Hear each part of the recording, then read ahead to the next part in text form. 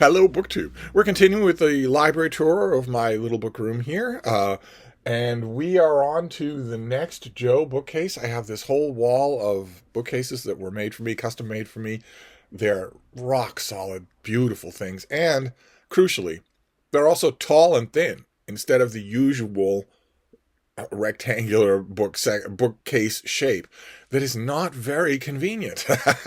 Houses are made of corners and awkward angles. Tall, thin bookcases work better for those. Also, I might point out, not God forbid that it ever happened, but if you have to move, tall, thin bookcases are much easier to move as well. But anyway, we're on to the next one of these, and we're on to the second shelf. So we've got a couple of Transwise books. We'll do those first. The first one is this one, Walter Muir Whitehill. This is Boston, a topographical history, heavily illustrated, slightly oversized history of Boston through its buildings.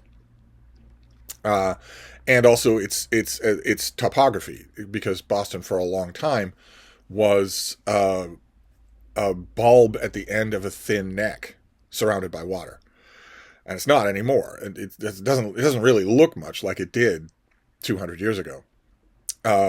So this book traces all of that, and Walter Muir Whitehill, who was a wonderful guy, had the inspiration to realize that could be the way to tell Boston's history. So forever and ever, when people would ask me, what is the best one-volume history of Boston, I would always point this out. And for a long time, when I did that, there was a paperback of this available. I don't know if this is still available in print. And there has been a slightly better history, but it's much bigger, and it's all narrative. It only has one inset of pictures. It's not like this thing. This thing has illustrations all throughout. So this is still a real go-to of a choice. Now, where are we going to put we'll just toss them aside. We don't care about the books. We'll just toss them aside. Then we have the Silmarillion. This is Christopher Tolkien's gleanings of the writings of his father, dealing with the legendarium of underlying The Hobbit and The Lord of the Rings. I'm doing a read-along of this at the moment when I do this library tour. It's odd reading. It's an odd reading experience. As I've mentioned during my read-along, there will be points in here where you will hit a story. An actual story with actual characters and an actual beginning, middle, and end. A dramatic payoff of some kind or other. I should warn you ahead of time, the payoffs are always negative. This is a cascade of tragedies. This book is a cascade of tragedies. But there's heroism in tragedy anyway, as Tolkien knew. And in between those isolated stories of actual narrative, there are long stretches of this book that are not narrative. They are something else again. They are chronicle. They are testament of some kind or other. Tolkien is imitating here a combination of the Norse sagas, the Elder Edda, and the Old Testament, the King James Bible, and doing it very effectively. But I don't know. This can be a daunting reading experience. In other words, is what I'm saying. I think that it's a brilliant reading experience. I think once you get past that, even the parts that aren't narrative are still incredible. And those were the Transwise books. So now we are on to the books on the shelf, starting with the Dinosaur Heresies by Robert Bakker. This also is slightly oversized. This also is heavily illustrated, mostly by the author. And this is the classic breakthrough, million-copy, best-selling, popular science book that brought to the public's mind the possibility that dinosaurs were warm-blooded and a lot more like mammals in their behavior than popular books on dinosaurs had previously said, that dinosaurs might have been communal, that they might have not only hunted in tandem, but lived in tandem, that they might have cared for their young, that they might have been very active, very antic, very jumping around, not big, ponderous, sloth-like things living in swamps. And this is also delightful. I don't like anything, basically, I don't like anything else this author has ever written, but this book, I loved it. Absolutely loved it. It is, I always say that, wait, I should put these back on the shelf, shouldn't I? I have to just toss that on the pile. These can go back on the shelf. I always say that when it comes to dinosaur books, there's a very small shelf of them that you should actually have, because unlike so many other kinds of books, they really do outdate. As our science becomes better and as more discoveries are made, dinosaur books really do outdate. And there's only so much you can hang on the writing skill of the author, especially since most people who write dinosaur books don't have any writing skill. But this would be one of them. This would be one to keep. Then we have a hardcover of Thomas Harris's novel Hannibal. This is, to date, the latest adventures of his eponymous serial killer, Hannibal Lecter. This is the sequel to The Silence of the Lambs. So Hannibal Lecter at the end of that book is free. He's loose in the world. And neither the FBI nor Interpol nor anybody else has any idea where he is. And this is years later. We find an older and more embittered Clarice Starling. She's not a student anymore. Instead, she's been disappointed by life in a lot of ways. She still believes in the Bureau. That ends in this book. But she doesn't believe much in her fellow man. And we catch up on her and on Hannibal Lecter himself, who is living the good life in Italy. And so you have those two personalities that are familiar to you.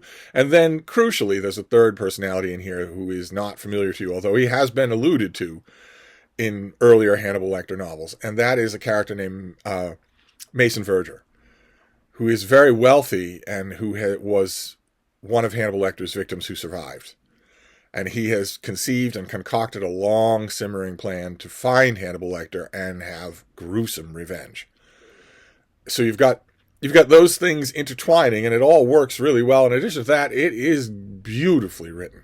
Just beautifully, beautifully written. Until the ending, I have railed against the ending of this book many, many times, and no reason to rehearse it here. The ending is a blasphemy. But the rest of the book, the ending is I always say that contemporary fiction muffs its endings. The endings are just bad. The author just gets up from the table and walks away. They don't care anymore. And I've actually heard a couple of contemporary authors, young people, say that that's a stylistic choice. It just reflects life, man. Pull the other one. It's got bells on it.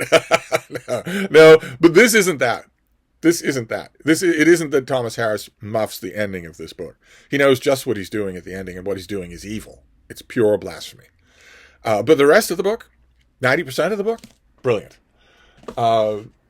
Okay, then we have Mike Pearl's book, The Day It Finally Happens, where he takes you through all the different end case scenarios. All the different horrible things that could happen. Some technovirus, the last drop of oil that's extracted from the ground, the last fish that is extracted from the sea, atomic warfare, solar flares. He takes you through each one of those possibilities and describes it a little, and then rates it. He rates how likely it is to happen and what the long-term and short-term effects would be. So it's every doomsday scenario that you could think of, and he's such an entertaining writer that you're going to wish he'd spent more time with every one of them. I wished that this book were twice as long. I think we've already seen, this book came out obviously before COVID, so we now know that a massive pandemic is not going to stop human civilization permanently. The next pandemic, I think it will be next year, so 2026, will be much, much worse than COVID-19. It will be much more vigorously airborne. It will be much more actively resistant to any kind of treatment.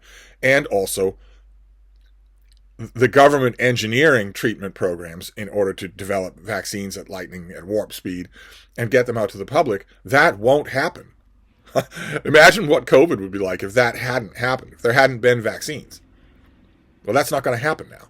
This pandemic that's coming next year, that's not going to happen. There isn't going to be any government intervention of any kind. The guy who's in charge of health and human services is going to say, a little pandemic's good for you. They had them when I was a kid. You're, in other words, going to be on your own. And it's going to be a lot harder to be on your own because society is not going to shut down. In America, society is not going to shut down. No mask mandates, no stay at home, no nothing like that. Just go about your business. Science is fake. But even when that happens, that is still not going to bring everything to a halt. That's not going to destroy human civilization.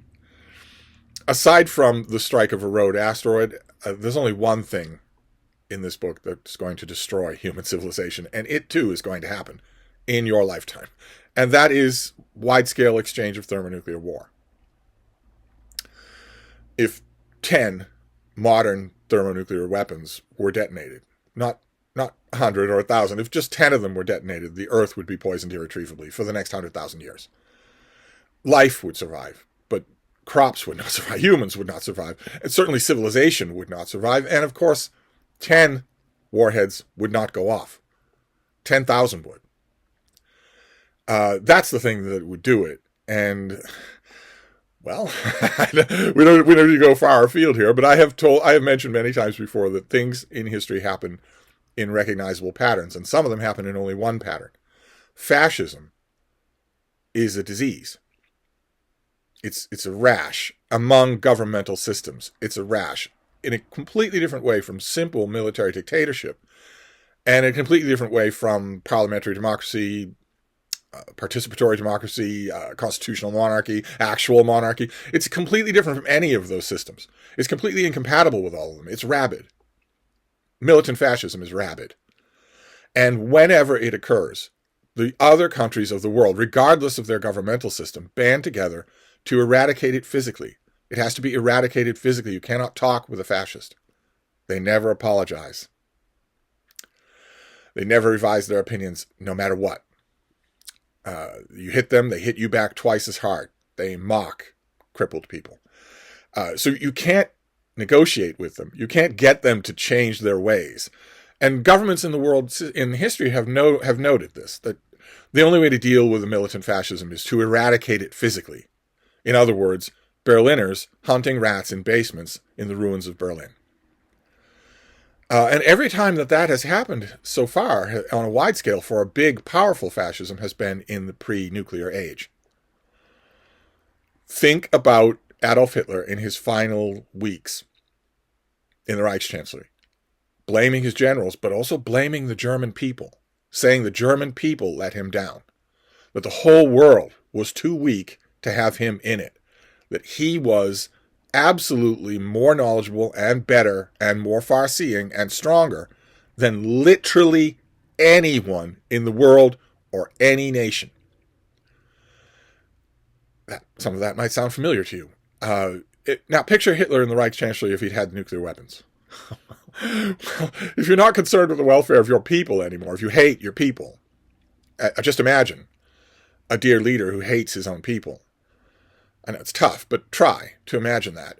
If you've got a cornered rat who knows that all the countries of the world turned against him, and he has a nuclear arsenal, he's going to detonate it. He's going to lose his nuclear arsenal. And there will be generals. There will always be generals, his generals, who will do it. So, in a way, the last fish in the sea, the solar flare, of course, you can't predict a solar flare, and a massive solar ejection would be really bad. It would reduce humanity to 4th century living, which would mean that 9 billion people on Earth right now, that would mean that probably 7 billion of those people would die. If you, right now, today, listening to me, if you were reduced to 4th century living, you would die in a week, at most.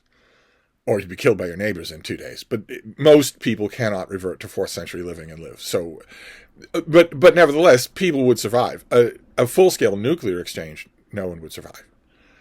And long-term, life on the planet would not survive. So that's the only thing you really need to think about in this book. But the rest of it is really entertaining. Sorry for the digression. The rest of it is really entertaining.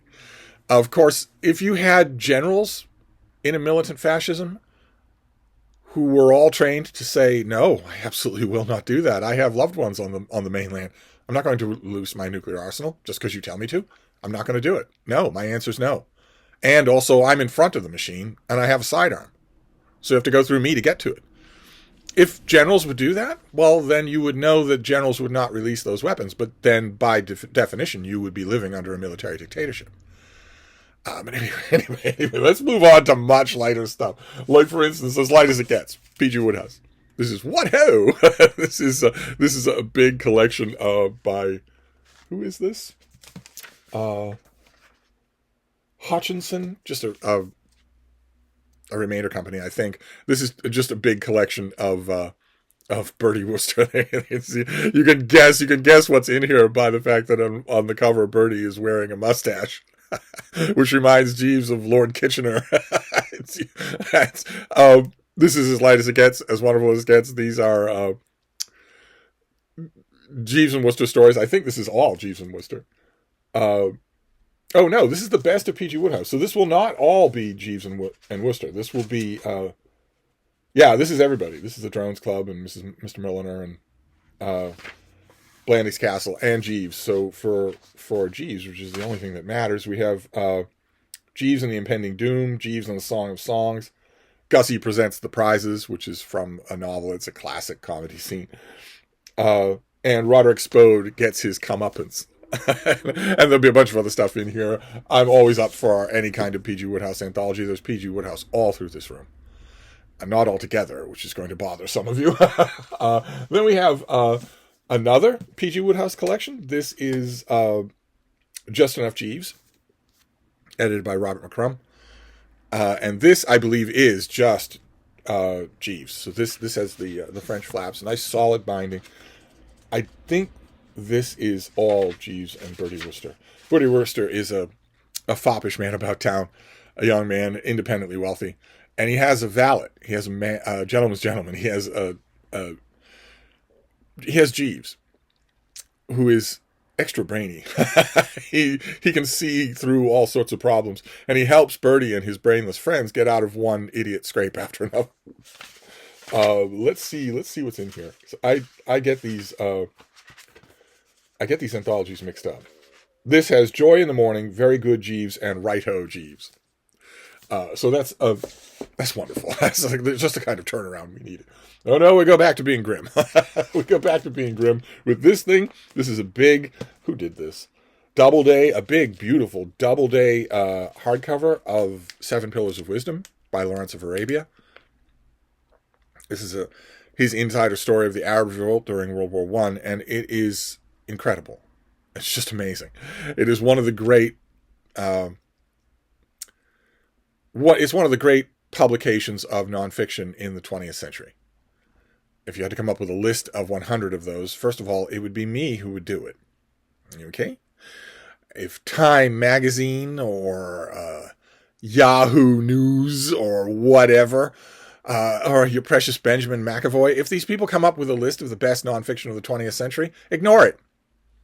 They haven't read it, first of all, and they don't know what they're talking about anyway. Because in order to pick the best nonfiction of the 20th century, you would have had to read a lot of what isn't the best.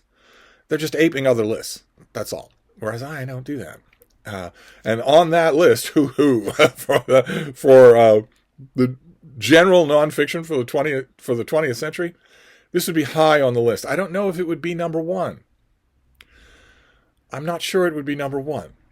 Number one might have to get a room of its own. But this would be on the list. It would be in the top 10. It is absolutely brilliant. It's an undertaking to read, but it's absolutely brilliant. Okay, then we have another big book. This is who did this? This is Gollancz? Well, this says Orion Books, but this is the complete Chronicles of Conan by Robert E. Howard. So this is everything. This is all the Conan stuff that Robert E. Howard wrote. Plenty of other Conan stuff out there, but this is all that he wrote. And this has an interesting book history for me. Jason Harrigan, this is 2 days in a row that I've mentioned the late lamented Jason Harrigan. He's off there in the west coast of Ireland. He's not dead, but he's not on BookTube anymore, which is about being dead. He's not on BookTube anymore. Thorough bookman. And he had a hardcover of this on the shelf behind him when he was doing a library tour, and I said, me wanty, and I cried, and I spit up, and I threw my food. And eventually he got tired of me and sent me that copy, which you couldn't do now. The international postage would be several $100s. You couldn't do it now. But then you could, so he did it. He sent me that copy. And then shortly after that, one of you, a viewer of my channel, found a paperback copy at your local library sale for like $1. and sent me a picture, obeyed all the strictures of rule number 1, sent me a picture and say, hey, would you like this? I said, yes, I would like that. Please send that to me. And when I got the paperback, I gave Mark Richardson the hardcover. So that hardcover came from Ireland to Massachusetts and now is in Vermont. But this is a volume to have just in case you feel like luxuriating in Robert E. Howard. A big, faux leather black volume is really neat to have. I don't need it, of course. I have the 3-volume Valentine. I also have all the ebooks, including the ebook of this. So, but nevertheless, sometimes only this will do. As you can tell, I have a bookmark in it because I do go back to it. But I go back to everything in this room. This video is longer than the stipulated 15 minutes because I was doomsaying about the end of the world. All I was saying in that digression was, if Hitler had nukes, none of us would be here now, because he would certainly have used them. If you have a fascist dear leader who thinks that he alone can fix things, and the world turns against him, if he's got nuclear weapons, he's going to use them, or he's going to try to. And your choices there are choices of evil. Either he will try to use them and succeed, in which case there'll be a full-scale exchange, and this is automated. It will poison the seas, it will destroy the agriculture, it will destroy the atmosphere, and that'll be that. Or his generals will refuse to do that, in which case the whole of the country survived because they said so. In which case the country has died anyway. That's all I was saying. That's a lot, though. So next we have a big anthology of the Saturday Evening Post. It's a big illustrated treasury of the Saturday Evening Post. It has all the original spot artwork that was in the magazine, plus all sorts of an inset for all sorts of artwork, ads and covers and whatnot. I mentioned the Saturday Evening Post just yesterday in the library tour. I had a slim volume of their books of ships in the sea. But this is much better. This is a treasury that's actually meant to commemorate what the whole magazine was like. What it was like when it was a powerhouse in American publishing. What kinds of things you could expect to see in the Saturday Evening Post. The reason why everybody got it. Why everybody read it. And I go back to this so many times. I wish that I know that there was at least one other Saturday Evening Post treasury of some kind or other. Of course, you're going to have Norman Rockwell artwork. Of course you are. Because for a long time, he became synonymous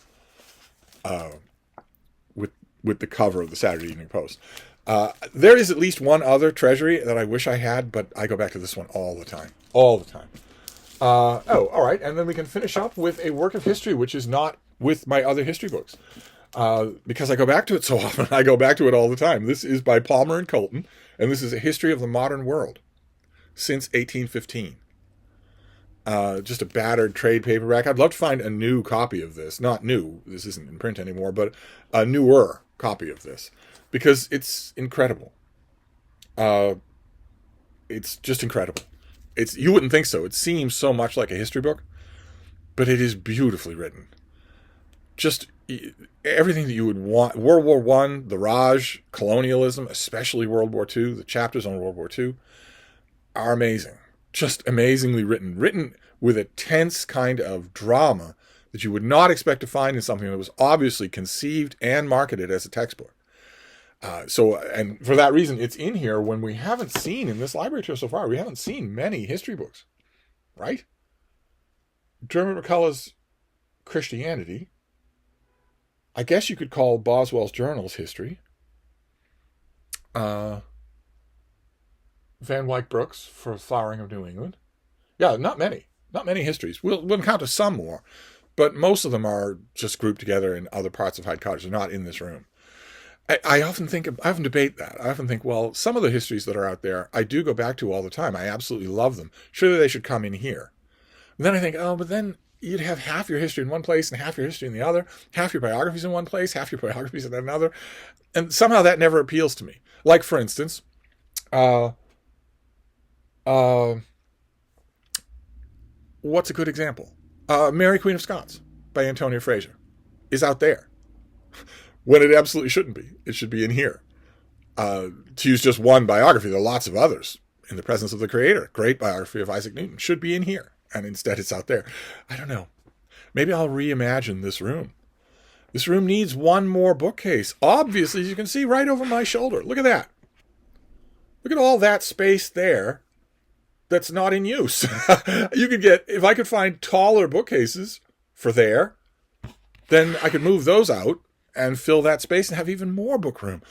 But finding taller bookcases needs three things. It needs a thrift shop. It needs a car to get to a thrift shop.